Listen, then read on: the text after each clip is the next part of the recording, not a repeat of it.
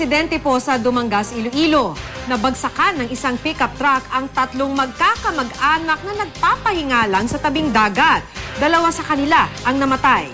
Nahulog ang truck sa beach mula sa kalsada nang mawalan daw ng kontrol ang driver. Makibalita tayo kay Jennifer Muniesa ng GMA Iloilo. Mula sa bayan ng Dumangas papunta ng Iloilo City ang pickup truck na ito nang mawala ng kontrol sa manibela ang driver. Sumadsad ang sasakyan sa railing sa gilid ng daan noong Sabado. Nahulog ang sasakyan mula sa kalsada papunta sa tabing dagat kung saan may mga nakatambay na residente. Ang inang area na da, bali rough road na da, bali damo na lubak-lubak, sobrang kadasig nga dalagan na lost control yan ang manubila ya. Amo naglupad sa segas ang baybay.